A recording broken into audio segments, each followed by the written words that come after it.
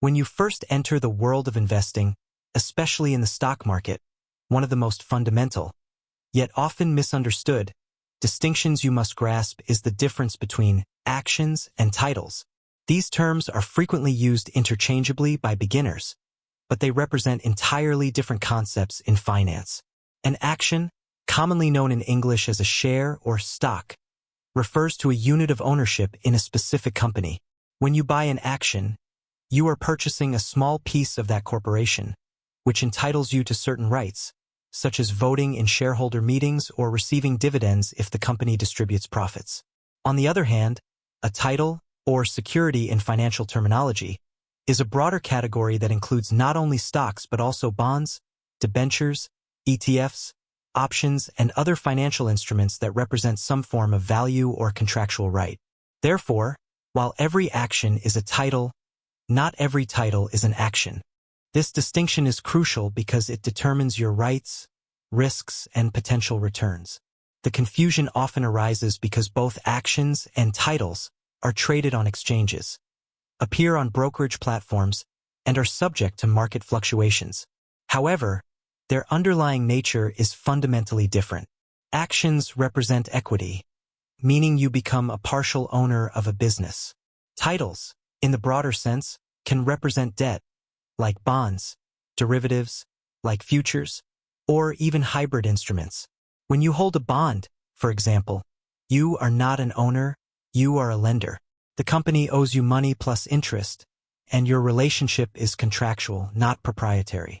This difference in legal and financial structure directly impacts how each instrument behaves under economic pressure, how they are taxed, and what kind of returns you can expect over time. Another key point is liquidity and market behavior.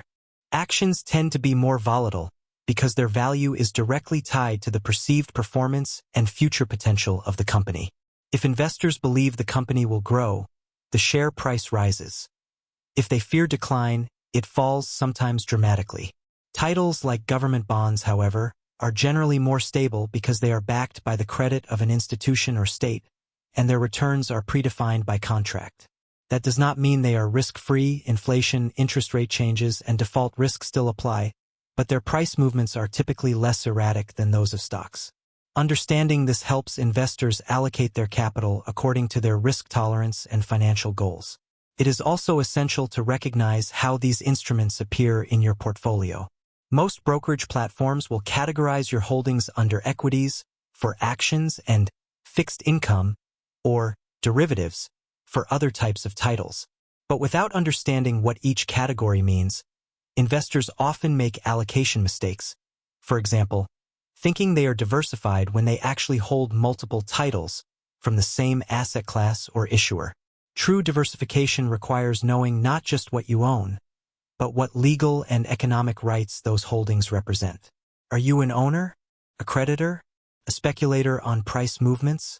Each role carries different responsibilities and risks. From a regulatory standpoint, actions and titles are also treated differently.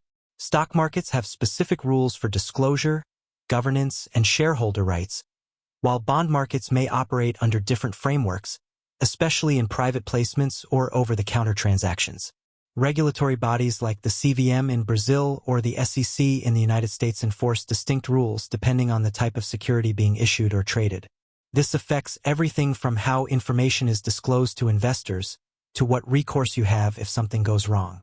Ignoring these regulatory distinctions can leave you exposed to legal or financial vulnerabilities you did not anticipate.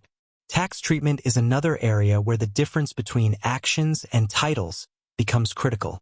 In many jurisdictions, profits from selling stocks are subject to capital gains tax, while interest from bonds may be taxed as ordinary income, sometimes at higher rates.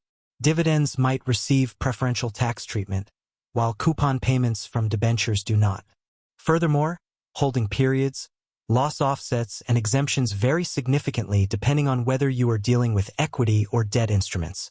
Failing to account for these differences can turn a seemingly profitable investment into a net loss after taxes. A painful lesson many new investors learn the hard way. When analyzing financial statements or company reports, the distinction also matters. If you hold actions, you should focus on metrics like earnings per share, return on equity, and growth in net income, because these directly impact the value of your ownership stake. If you hold a bond or debenture, however, you should be more concerned with the company's debt-to-equity ratio, interest coverage, and cash flow stability, because these determine whether the company can meet its payment obligations to you as a creditor.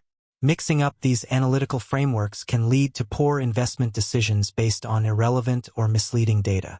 Risk management strategies also differ significantly. With actions, you might use stop-loss orders, diversify across sectors, or hedge with options. With fixed income titles, you might focus on laddering maturities, selecting high credit-rated issuers, or matching durations to your financial needs. The tools, metrics, and mental models you apply should align with the nature of the instrument. Applying equity strategies to debt instruments or vice versa is like using a hammer to tighten a screw. It might work in a pinch, but it is inefficient and potentially damaging. Finally, it is important to understand that the financial industry itself reinforces this distinction. Fund managers, analysts, and advisors specialize in specific asset classes for a reason. The knowledge required to evaluate a stock is different from the knowledge required to assess a bond or a derivative. Even financial media separates coverage into equities, fixed income, and alternatives for this exact reason. As an individual investor, you do not need to become an expert in all categories, but you do need to know enough to understand what you are buying, why you are buying it, and what you are entitled to. That starts with mastering the foundational difference between actions and titles. This first session lays the groundwork, but it is only the beginning. In the next 7 sessions, we will break down each aspect in greater depth. Legal rights, market behavior, taxation, portfolio construction, risk profiles, analytical frameworks, and practical decision-making. By the end, you will not just know the difference, you will know how to use that knowledge to make smarter, more confident investment choices. When you purchase an action, a share of stock, you are entering into a legal relationship as a partial owner of a corporation. This ownership grants you specific rights under corporate law, which vary slightly by jurisdiction but generally include the right to vote on major company decisions, the right to receive a portion of profits through dividends, and the right to a share of remaining assets if the company is liquidated. These rights are not guaranteed. For example, dividends are declared at the board's discretion, and voting power may be limited depending on share class, but they are inherent to the nature of equity ownership. In contrast, when you acquire a title, such as a bond or debenture, you are entering into a creditor relationship. You are lending money to the issuer, and in return, you are contractually entitled to receive interest payments at predetermined intervals and the return of your principal at maturity. Your rights here are defined by the terms of the contract, not by ownership. The legal implications of these two positions are profound. As a shareholder, your financial fate is tied to the success or failure of the business. If the company thrives, your shares may appreciate significantly, and you may receive growing dividends. If it fails, your investment could become worthless, and as an equity holder, you are last in line during bankruptcy proceedings, behind creditors, bondholders, and even tax authorities. As a bondholder, however, your claim is senior. You have a legal right to be repaid before shareholders receive anything. This does not eliminate risk, the company could still default, but it does provide a layer of legal protection that equity holders simply do not have. Understanding this hierarchy is essential for assessing the real risk of any investment. Another critical legal distinction lies in governance. Shareholders, particularly in publicly traded companies, have the right to vote on key issues such as the election of board members, mergers and acquisitions, executive compensation, and major changes to corporate structure. These votes may not always be decisive, especially for small retail investors, but they represent a formal mechanism for influencing company direction. Bondholders, on the other hand, typically have no governance rights. Their influence is limited to the terms of the indenture, the legal document that governs the bond. If the company violates those terms, for example, by missing an interest payment, bondholders can take legal action, including forcing the company into restructuring or bankruptcy. But they cannot vote on company strategy or leadership. Contractual obligations also differ significantly. When you buy a stock, there is no promise of return. The company is under no legal obligation to pay you dividends or to increase the stock price. Any return you receive comes from market appreciation or discretionary distributions. With bonds, however, the issuer is legally bound to make interest payments and repay principal according to the agreed schedule. Failure to do so constitutes default, a serious legal event that can trigger cross-default clauses in other debt agreements and lead to litigation or restructuring. This contractual certainty is what makes fixed-income titles attractive to conservative investors, but it also means that if the issuer's financial condition deteriorates, bondholders may push for drastic measures to protect their claims, even at the expense of the company's long-term viability. Legal recourse in case of problems also varies. Shareholders who believe they have been wronged, for example, through fraud, mismanagement, or breach of fiduciary duty, may file class action lawsuits or demand internal investigations. However, these processes are often slow, expensive, and uncertain. Bondholders, especially in the case of default, can move more quickly through legal channels to enforce their rights, including seizing collateral, in the case of secured bonds, or appointing trustees to oversee restructuring. The legal system generally prioritizes the enforcement of contracts over the protection of equity interests, which again underscores the difference in legal standing between the two types of instruments. Regulatory disclosures further highlight this divide. Publicly traded companies must provide shareholders with regular financial reports, management discussions, and notices of shareholder meetings. These disclosures are designed to ensure transparency and informed decision-making by owners. Bond issuers, however, are often subject to less frequent or less detailed disclosure requirements, especially in private placements or high-yield markets. Investors in these instruments must often rely on credit ratings, third-party analyses, or direct negotiations for information. This asymmetry can put bondholders at an informational disadvantage, unless they take proactive steps to monitor the issuer's financial health. It is also worth noting that some titles blur the line between ownership and contract. Convertible bonds, for example, start as debt instruments but can be exchanged for shares under certain conditions.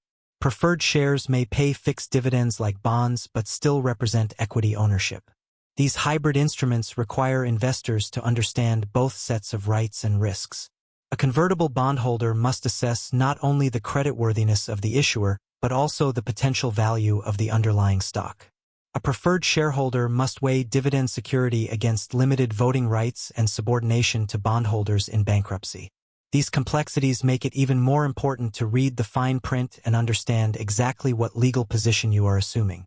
Jurisdictional differences can also affect your rights.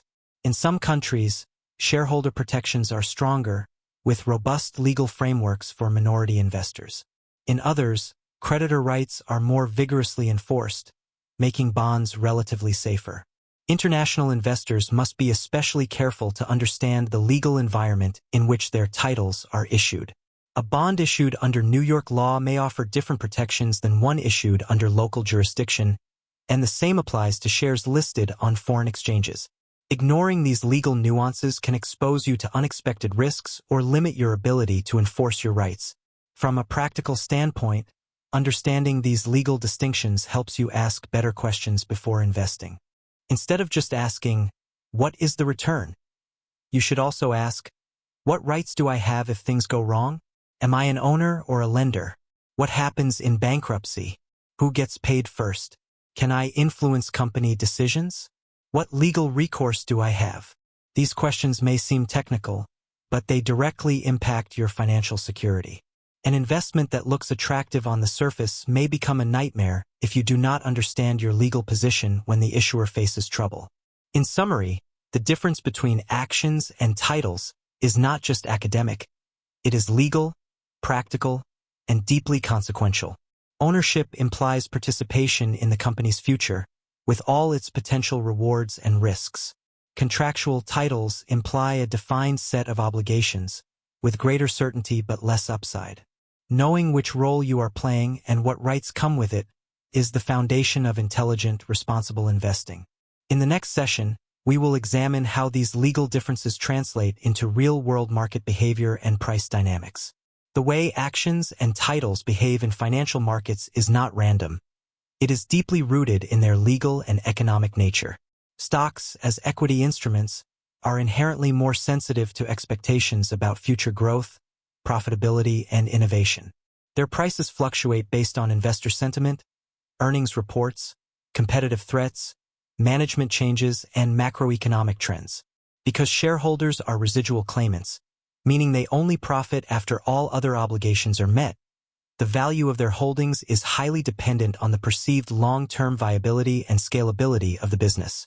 This makes stock prices forward-looking and often volatile, especially in response to news that alters growth expectations. Titles such as bonds, on the other hand, behave differently because their value is primarily driven by interest rates, credit risk, and time to maturity. A bond's price is essentially the present value of its future cash flows, interest payments plus principal repayment, discounted at the current market rate. When interest rates rise, existing bonds with lower coupon rates become less attractive, causing their prices to fall. When rates decline, those same bonds become more valuable. This inverse relationship between bond prices and interest rates is mechanical and predictable, unlike the emotional, speculative swings that often drive stock prices. Additionally, bond prices are sensitive to changes in the issuer's creditworthiness. If a company's financial health deteriorates, the market will demand a higher yield to compensate for increased default risk, which lowers the bond's price. Market participants also treat these instruments differently. Equity markets are dominated by retail investors, institutional funds, and algorithmic traders who often focus on momentum, technical patterns, and narrative-driven catalysts. This creates environments where stock prices can detach from fundamentals for extended periods. Think of speculative bubbles in tech stocks or meme-driven rallies. Fixed income markets, by contrast, are primarily driven by institutional players, pension funds, insurance companies, central banks, and hedge funds, who focus on yield, duration, and credit spreads. Their behavior is more analytical and less emotional, leading to more stable, fundamentals-driven pricing, though not immune to panic, as seen in liquidity crises or sovereign debt downgrades. Liquidity dynamics also vary. Large-cap stocks and major indices tend to be highly liquid, with tight bid-ask spreads and high trading volumes, allowing investors to enter and exit positions with minimal price impact. Smaller stocks or those in emerging markets may suffer from low liquidity, making them more volatile and harder to trade efficiently. In the bond market, liquidity is even more fragmented. Government bonds are typically very liquid, but corporate bonds, especially high-yield or junk bonds, may trade infrequently, with wide spreads and significant price volatility when large orders are placed. This illiquidity premium is one reason why some bonds offer higher yields, to compensate investors for the difficulty of exiting the position quickly. Another key difference is how these instruments respond to economic cycles. Stocks generally perform well during economic expansions, when corporate profits are rising and consumer demand is strong. They tend to underperform or decline during recessions, as earnings fall and uncertainty rises. Bonds, particularly government bonds, often act as safe havens during downturns. When investors flee risk, they buy bonds, driving prices up and yields down. Corporate bonds may not perform as well during recessions, especially lower-rated ones, but they still tend to be less volatile than stocks. This countercyclical behavior is why balanced portfolios often include both asset classes. Stocks for growth during good times, bonds for stability during bad times. Inflation affects actions and titles in divergent ways. Stocks are often considered a hedge against inflation because companies can raise prices to maintain profit margins, passing inflationary costs onto consumers. Over the long term, equities have historically outpaced inflation. Bonds, however, are vulnerable to inflation, especially fixed-rate bonds. If inflation rises, the real value of future coupon payments declines, eroding purchasing power. That is why inflation-linked bonds, like TIPS in the U.S., exist to adjust payments based on inflation rates. Investors who ignore inflation risk in their bond holdings may find that their safe investments are silently losing value over time. Currency risk is another factor, especially for international investors. Stocks denominated in foreign currencies expose investors to both equity risk and exchange rate fluctuations. A rising domestic currency can reduce returns from foreign stocks, even if the stock price increases in its local market. The same applies to foreign bonds, but with an added layer of complexity. Currency movements can amplify or offset yield differentials, making international fixed income investing particularly challenging. Hedging currency risk is possible, but it adds cost and complexity that many retail investors overlook. Market structure also influences behavior. Stock exchanges are centralized, transparent, and highly regulated, with real-time price dissemination and standardized settlement procedures. Bond markets, especially for corporate and municipal debt, are often decentralized and opaque, with trades occurring over the counter between dealers. This lack of transparency can lead to pricing inefficiencies and information asymmetry. Institutional investors often have better access to real-time bond prices and liquidity than retail investors. This structural difference means that even if you understand the fundamentals of a bond, executing a trade at a fair price can be more difficult than with a stock. Behavioral biases also manifest differently. Stock investors are prone to overconfidence, herding, and recency bias, buying high after a rally and selling low after a crash. Bond investors, while not immune to emotion, tend to be more disciplined because their returns are contractually defined.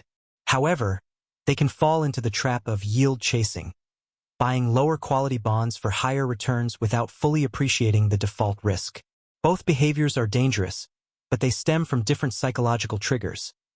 Equity investors chase growth and excitement, while fixed income investors chase safety and income, sometimes at the cost of ignoring hidden risks. Understanding these behavioral and structural differences allows you to anticipate how your investments will react under different market conditions. If you are holding stocks, expect volatility and prepare to ride out short-term swings for long-term gains. If you are holding bonds, expect stability, but remain vigilant about interest rate shifts, credit deterioration, and inflation. And if you are holding both, recognize that they serve different purposes and will behave differently under stress.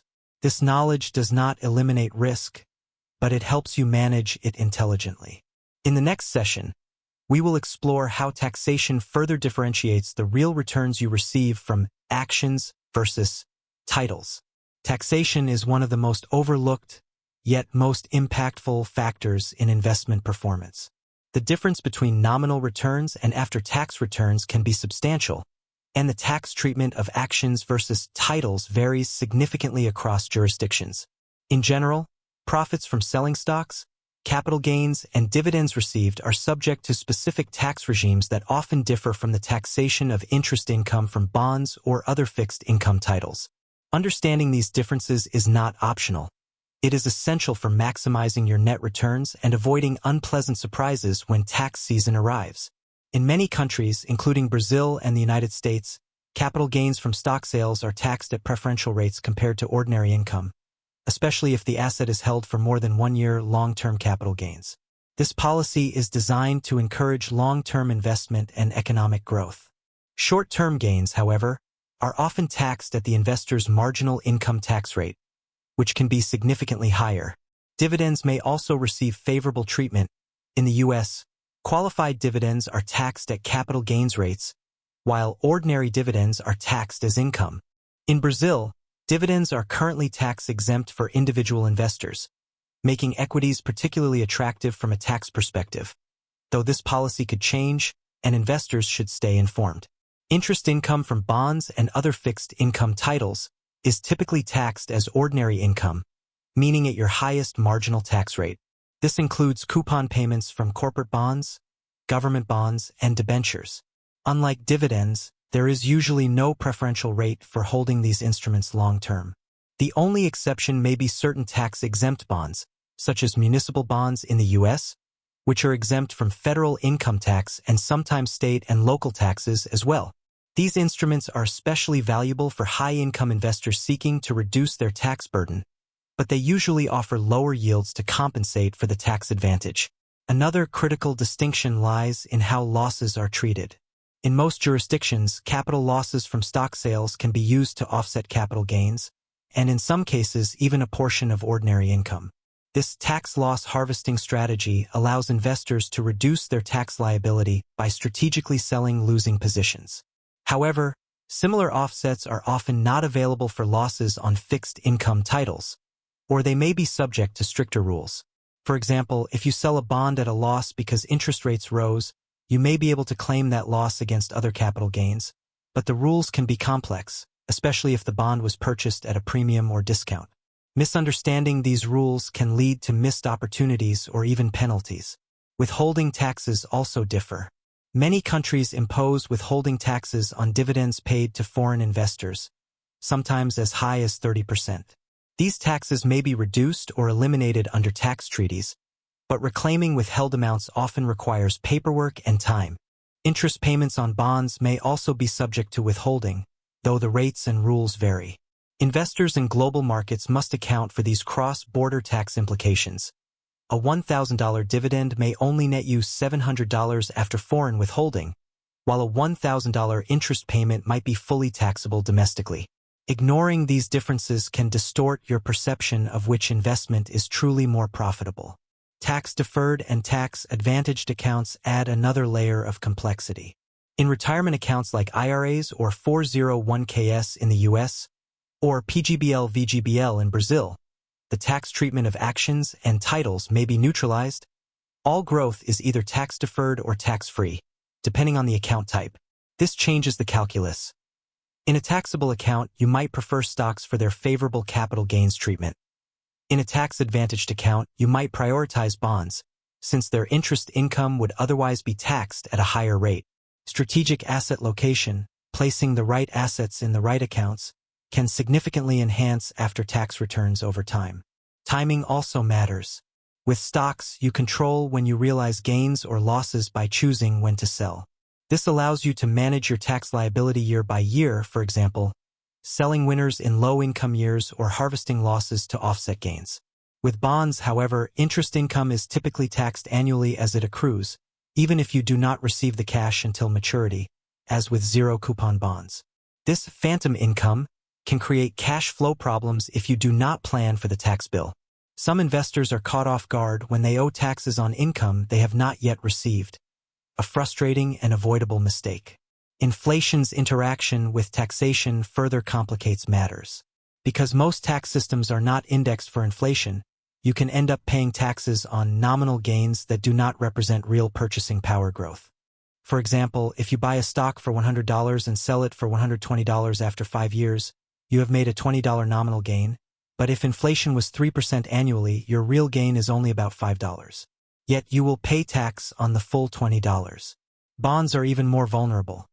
If you receive 5% interest in a year with 4% inflation, your real return is 1%, but you will pay tax on the full 5%, potentially leaving you with a negative after-tax, after-inflation return. This inflation tax is silent but destructive. Record-keeping and reporting requirements also differ.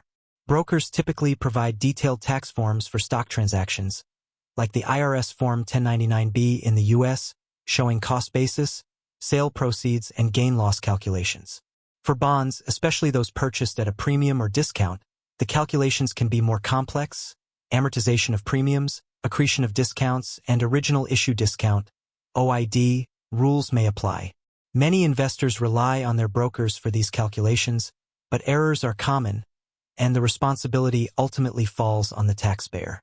Failing to report bond income correctly can trigger audits, penalties, and interest charges.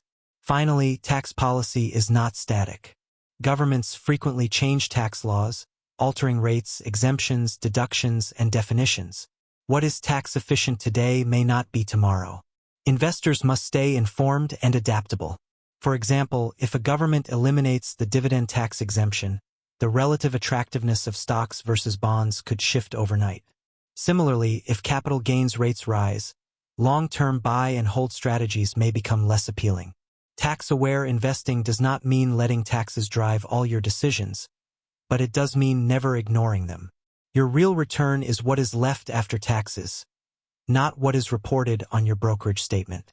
In the next session, we will explore how to construct a portfolio that balances actions and titles not just for return, but for risk, liquidity, and tax efficiency, creating a truly personalized investment strategy.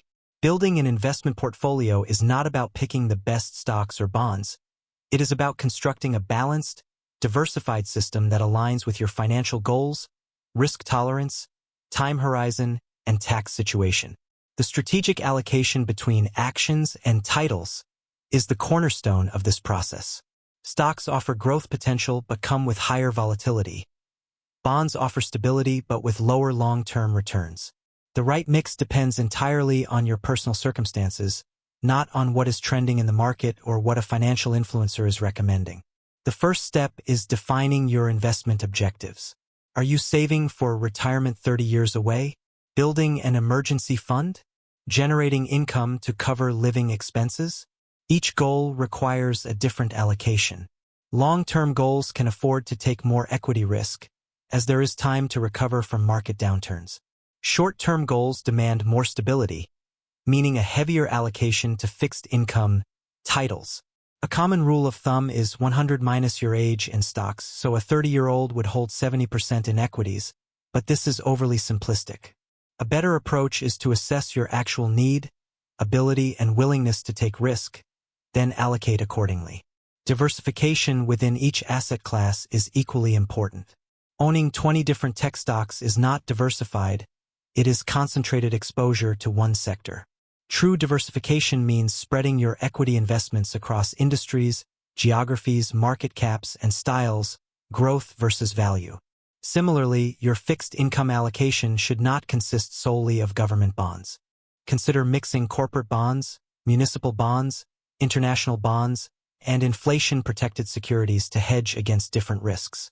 The goal is to reduce unsystematic risk, the risk specific to individual companies or sectors, without sacrificing expected return. Asset location, where you hold each type of investment, is another critical factor. As discussed earlier, tax-advantaged accounts are ideal for holding assets with high tax drag, like bonds that generate ordinary income. Taxable accounts are better suited for stocks, especially those that generate qualified dividends or long-term capital gains. If you hold bonds in a taxable account and stocks in a tax-deferred account, you are likely paying more in taxes than necessary. Strategic placement can add 0.5% to 1% or more to your annual after-tax returns, a massive difference over decades. Rebalancing is the discipline that keeps your portfolio aligned with your target allocation. Over time, outperforming assets will grow to dominate your portfolio. For example, if stocks surge, your 60-40 stock-bond split may become 75-25. Rebalancing involves selling some of the outperforming asset and buying more of the underperforming one to restore balance. This forces you to buy low and sell high, the opposite of what most emotional investors do. Rebalancing can be done annually, semi-annually, or when allocations drift beyond a certain threshold, e.g. plus or minus 5%. It is not about timing the market, it is about maintaining your desired risk profile. Risk parity is another advanced concept worth considering. Traditional portfolios are weighted by capital, 60% stocks, 40% bonds, but this often results in 90% of the risk coming from stocks because they are so much more volatile. Risk parity strategies allocate based on risk contribution, not dollar amount, meaning you might hold a much larger percentage of bonds, leveraged in some cases to balance the risk from equities. This approach can produce smoother returns, but it is complex and not suitable for all investors. Still, it illustrates an important principle. Portfolio construction should focus on risk allocation, not just asset allocation. Liquidity needs must also be factored in. Stocks are generally more liquid than bonds, especially individual corporate bonds, which may be hard to sell quickly without accepting a steep discount. If you might need to access your money in the short term, ensure that portion is held in highly liquid instruments, money market funds, short-term treasuries, or large-cap stocks with high trading volume. Illiquid investments should be reserved for long-term capital you will not need to touch for years. Costs and fees can silently erode returns.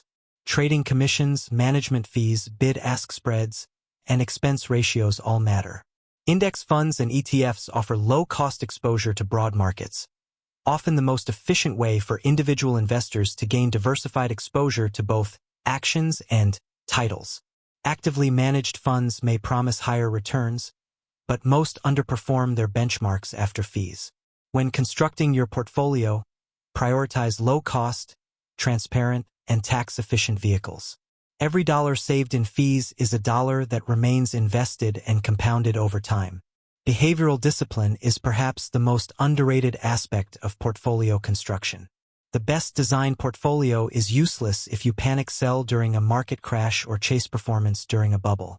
Your allocation should be conservative enough that you can stick with it through volatility. If you are lying awake at night worrying about your investments, you are probably taking too much risk.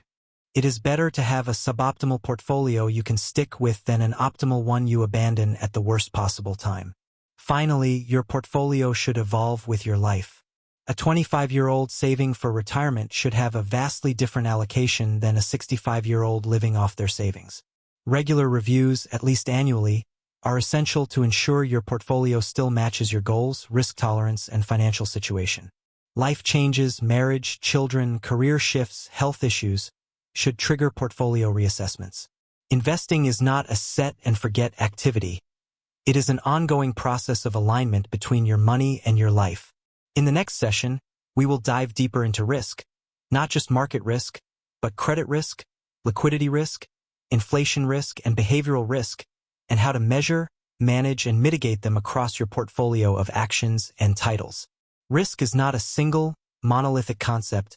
It is a collection of distinct threats, each requiring different measurement tools and mitigation strategies. When holding actions, your primary risks are market risk, volatility, business risk, company failure, and valuation risk, overpaying. When holding titles like bonds, your main risks are credit risk, default, interest rate risk, price decline due to rate hikes, and inflation risk, erosion of real returns. Ignoring any of these can lead to catastrophic losses, even in safe investments. Market risk, often measured by beta or standard deviation, reflects how much an asset's price fluctuates relative to the broader market. Stocks with high beta are more volatile. Those with low beta are more stable.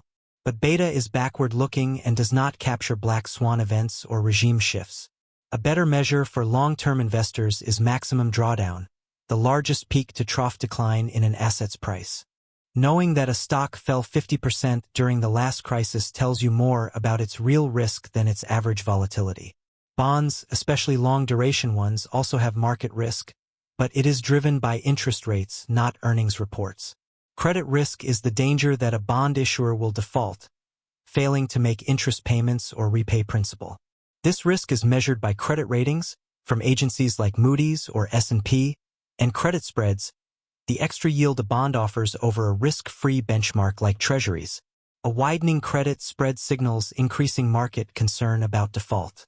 Investors often underestimate credit risk in search of yield, buying junk bonds without fully appreciating the probability of loss. Stress testing your bond holdings under recession scenarios is essential, especially for corporate or emerging market debt. Liquidity risk is the danger that you will not be able to sell an asset quickly without accepting a steep discount. This is a major issue in bond markets, where many issues trade infrequently. During market stress, liquidity can vanish overnight, as seen in the 2008 financial crisis and the March 2020 pandemic crash. Even safe assets like municipal bonds or investment-grade corporates can become illiquid when everyone wants to sell at once. Measuring liquidity risk involves looking at average daily trading volume, bid-ask spreads, and dealer inventories, metrics most retail investors ignore at their peril. Inflation risk is particularly insidious because it is silent and cumulative. A bond paying 3% annually may seem safe, but if inflation is 4%, you are losing 1% in real terms every year.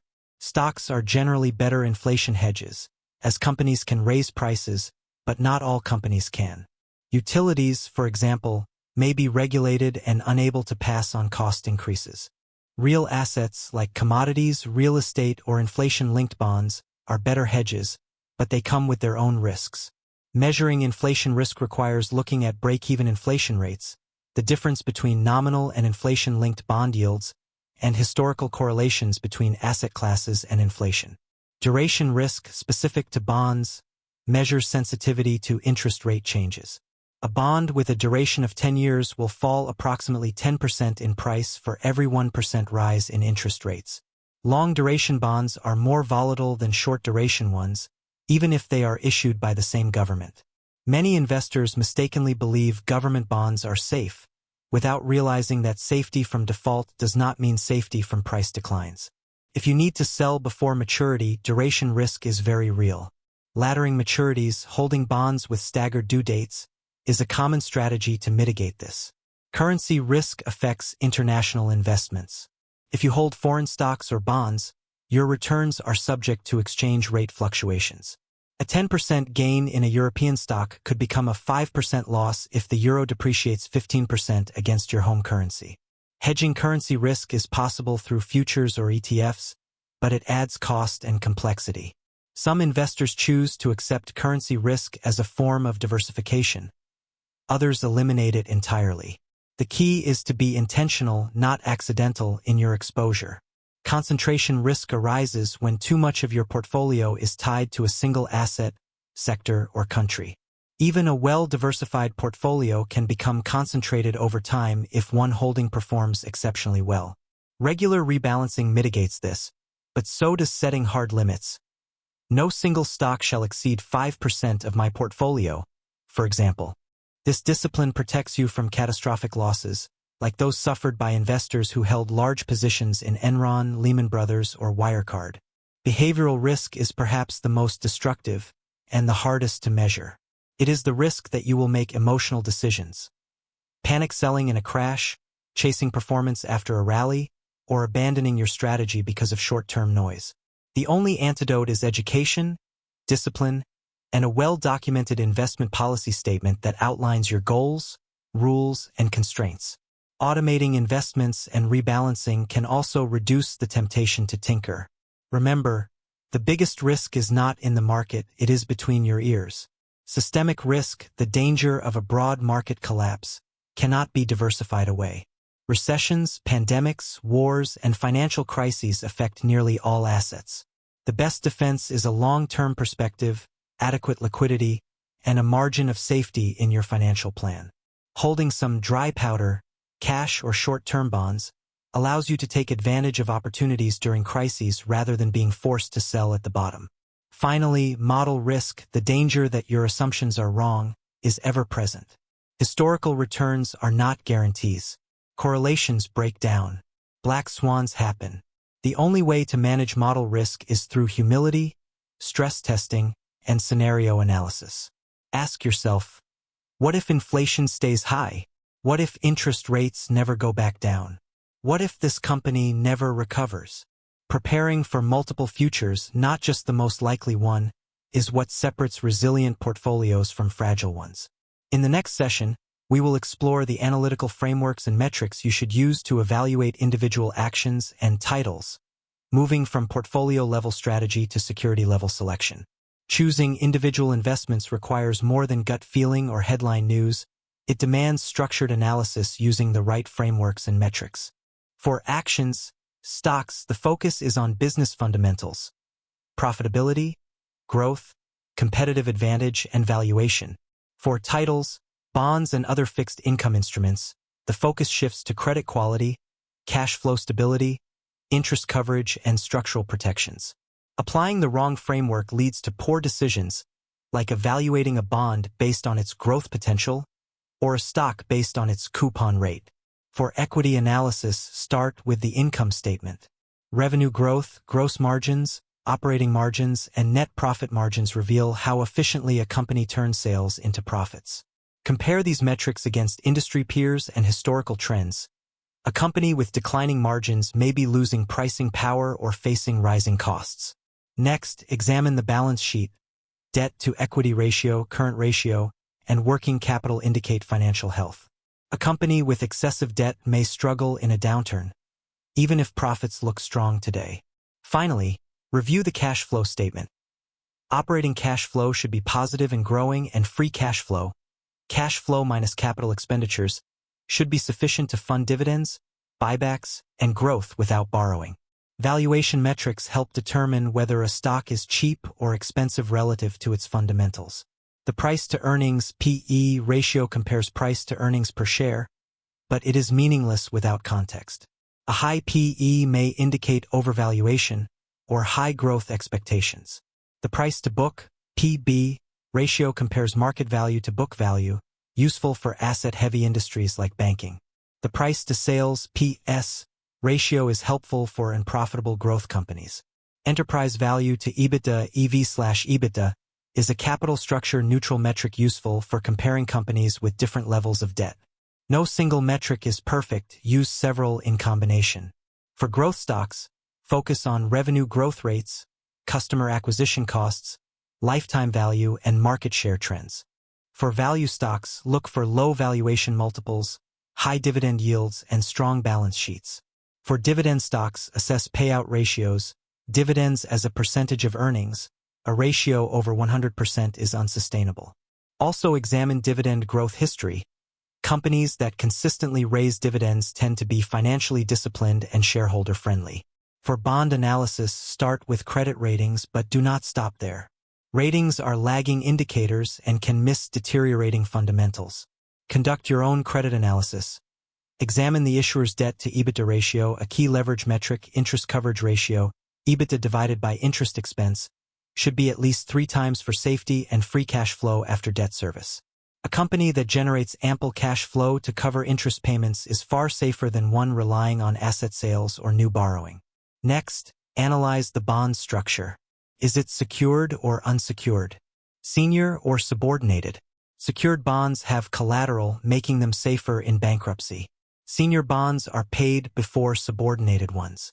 Also check for covenants, restrictions on the issuer's behavior, like limits on additional debt or requirements to maintain certain financial ratios. Strong covenants protect bondholders. Weak or no covenants increase risk. Yield analysis is critical.